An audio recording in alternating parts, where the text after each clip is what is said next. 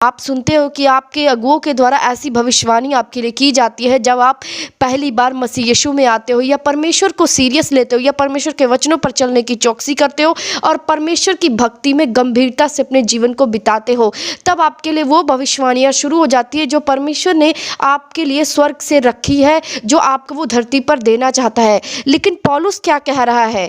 पौलुस कह रहा है अपने दास को, जो उसका दास था, जो परमेश्वर के वचनों को मानता था, उसने क्या कहा? हम वचन में पढ़े, पौलुस कह रहा है, हे पुत्र तीमुथियुस, उन भविष्यवाणियों के अनुसार जो पहले तेरे विषय में की गई थी, मैं यह आज्ञा सौंपता हूँ कि तू उनके अनुसार अच्छी लड़ाई को लड़। पौलुस अपने दास तीमुथियुस को ये बात कह रहा है कि जो भविष्यवाणियाँ मैंने तेरे विषय में की है कि परमेश्वर तेरे द्वारा काम करेगा, परमेश्वर तुझे ऊंचाइयों पर लेकर जाएगा, परमेश्वर तुझे ब्लेस करेगा, कोई भी भविष्यवाणी अगर आपके जीवन में होती है तो पौलुस कह रहा है जो भविष्यवाणी तेरे विषय में हुई है उसके अनुसार अच्छी लड़ाई को लड़, तभी तू उस चीज़ को पाएगा जो परमेश्वर ने भविष्यवाणी की है। बहुत सारे लोगों के लिए भविष्यवाणियाँ होती है, लेकिन आप देखोगे कि उनके जीवन में वो चीज़ पूरी नहीं होती। 20 साल हो जाते हैं, 30 साल हो जाते हैं, वो क्यों नहीं होती? क्योंकि जब भी परमेश्वर आपके लिए कोई भविष्यवाणी धरती पर रिलीज करता है तो पौलुस कह रहा है कि उस भविष्यवाणी के लिए तुमको एक लड़ाई को लड़ना पड़ता है, परमेश्वर के वचन को, परमेश्वर के विश्वास को थामे रखना पड़ता है। उसके बाद जो की गई भविष्यवाणियाँ हैं, जो की गई आपके विषय में ब्लेसिंग है, वो आपके जीवन में पूरी होती है। जब आप मसीह यीशु में आ जाते हो, आप परमेश्वर को उद्धारकर्ता मान लेते हो, आप एक फेथ में चले जाते हो, तो परमेश्वर आपके जीवन में बहुत ऐसी घटनाएं आपके जीवन में अलाउ करता है, बहुत ऐसी परीक्षाएं आपकी होती है जिसमें आपके फेथ को टेस्ट किया जाता है, आपके चाल चलन को देखा जाता है कि आपकी इतनी मुसीबतों के बाद, इतनी दुखों के बाद, इतने प्रेशर के बाद भी क्या आप परमेश्वर के वचनों को मानने के लिए तैयार हो। परमेश्वर आपको परखता है परीक्षाओं के जरिए। ये एक लड़ाई होती है जो आपको लड़नी होती है। जैसे पौलुस ने तीमुथियुस को कहा कि तुम्हें लड़ाई को लड़ना होगा जो भविष्यवाणी तेरे विषय में की गई है, क्योंकि जब भविष्यवाणी आपके विषय में होती है तो शैतान भी उस चीज़ को सुन रहा होता है और तरह तरह की परीक्षाएं वो आपके जीवन में डालने की कोशिश करता है। वो इसीलिए डालने की कोशिश करता है ताकि आपको उस लाइन से काट दिया जाए, आप उस भविष्यवाणी तक ना पहुंच पाए, उस ब्लेसिंग तक ना पहुंच पाए जो परमेश्वर ने आपके लिए वादा किया है। शैतान तरह तरह की परीक्षाएं आपके जीवन में लाता है, आपको, आपके विश्वास को हटाने के लिए, आपको गिराने के लिए, आपको पाप में गिराने, परमेश्वर के वचन से हटाने के लिए वो तरह तरह की कोशिश करता है। इसीलिए पौलुस कहता है कि जब तुम्हारे जीवन में कोई भविष्यवाणी होती है या आप परमेश्वर को सीरियस लेते हो तो एक लड़ाई को आपको लड़ना होता है। वो विश्वास की लड़ाई, परमेश्वर के वचन को मानने की लड़ाई। ये एक लड़ाई, आत्मिक लड़ाई है जो आपके जीवन में शुरू हो जाता है कि बहुत सारी चुनौतियाँ आपके जीवन में होती है, वहाँ आपके पास ऑप्शन दिया जाता है कि आप परमेश्वर के वचन को मानोगे, मुश्किलों में अपने आप को घुटने टेक दोगे, आप परमेश्वर के वचन से फिर जाओगे। ऐसी ऐसी परीक्षाएं आपके जीवन में अलाउ करता है परमेश्वर। तब पता लगता है कि आप परमेश्वर को कितना सीरियस लेते हो, अपनी लड़ाई को आप लड़ रहे हो कि नहीं लड़ रहे हो। क्योंकि जब तक आप अपनी लड़ाई को नहीं लड़ोगे, परमेश्वर वो ब्लेसिंग, वो भविष्यवाणियाँ आपके जीवन में पूरा नहीं करता। जैसे हम परमेश्वर के वचन में पढ़ेंगे, दूसरा तीमुथियुस 2 की हम पढ़े 5, परमेश्वर का वचन क्या कहता है? परमेश्वर के वचन में लिखा है, फिर अखाड़े में लड़ने वाला यदि विधि के अनुसार ना लड़े तो मुकुट नहीं पाता। जो परमेश्वर ने क्या कहा कि यदि अखाड़े में, आप एक अखाड़े में आ गए हो, आप एक आत्मिक युद्ध में आ गए हो, अगर आप विधि के अनुसार इसको नहीं लड़ोगे तो मुकुट नहीं पाओगे, मतलब तुम परमेश्वर में जीत नहीं पाओगे।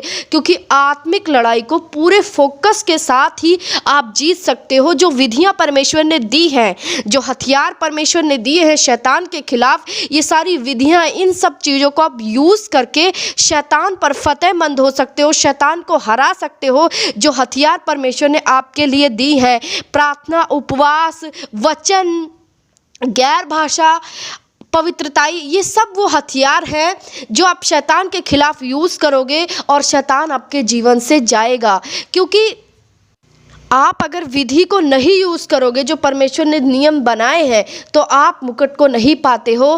क्योंकि परमेश्वर ने कहा आप एक लड़ाई में हो, आप एक युद्ध में हो और आपको ये युद्ध फोकस के साथ अपने लाइफ में जीना है। आपको बिल्कुल अपने जीवन को डिफरेंट कर लेना है, बिल्कुल अलग कर लेना है, अगर आप परमेश्वर में बिल्कुल सीरियस हो तो। क्योंकि बिना सीरियसनेस के आप परमेश्वर के उस ब्लेसिंग को नहीं ले पाओगे जो परमेश्वर आपको देना चाहता है। आपको फोकस के साथ ये लड़ाई लड़नी है, अपने आप को दुनियावी चीज़ों से अलग करना है। जो शारीरिक के अनुसार दुनिया में लोग चलते हैं, आप उनकी तरह नहीं चल सकते हो, क्योंकि आप एक आत्मिक व्यक्ति बन चुके हो। आप परमेश्वर के वचन के अनुसार चलोगे और आत्मा के अनुसार चलोगे। और आप देखते हो दुनिया ऐसे नहीं चलती है, इसीलिए आप दुनिया के उस अभिलाषाओं में नहीं जी सकते जैसे लोग जीते हैं। इधर घूमना, पार्टी करना, एंजॉय करना, मस्ती करना, बहुत सारी ऐसी चीज़ें जो वो शारीरिक अभिलाषाओं की वजह से करते हैं। आप उन चीज़ों का हिस्सा नहीं बन सकते। आप अपने जीवन को में फोकस के साथ चलोगे। प्रेयर, बाइबल, वचन, परमेश्वर के वचन को लेकर चलना, पवित्रताई में बहुत सारी ऐसी बातें हैं जो परमेश्वर का आत्मा आपको सिखाएगा। उन चीज़ों को लेकर आप अपनी लाइफ में चलोगे, तभी आप एक फोकस के साथ मसीह जीवन में आगे बढ़ सकते हो। और जब आप एक फोकस की ज़िंदगी जीते हो परमेश्वर के वचनों को लेकर, पूरा फोकस है आपका सिर्फ परमेश्वर के वचन पर, तभी परमेश्वर आपको वो ब्लेसिंग और वो भविष्यवाणियाँ जो आपके विषय में की गई हैं वो पूरा होना शुरू होता है। क्योंकि जब तक आप दुनियावी चीज़ों में जियोगे, परमेश्वर की वो चीज़ें आपके जीवन में पूरी नहीं होगी। इसीलिए अपने आप को अलग रखो, परमेश्वर के वचन के अनुसार चलो, आत्मा के चलाए चलो। वो ब्लेसिंग आप पा सकते हो जो परमेश्वर ने आपको कहा है।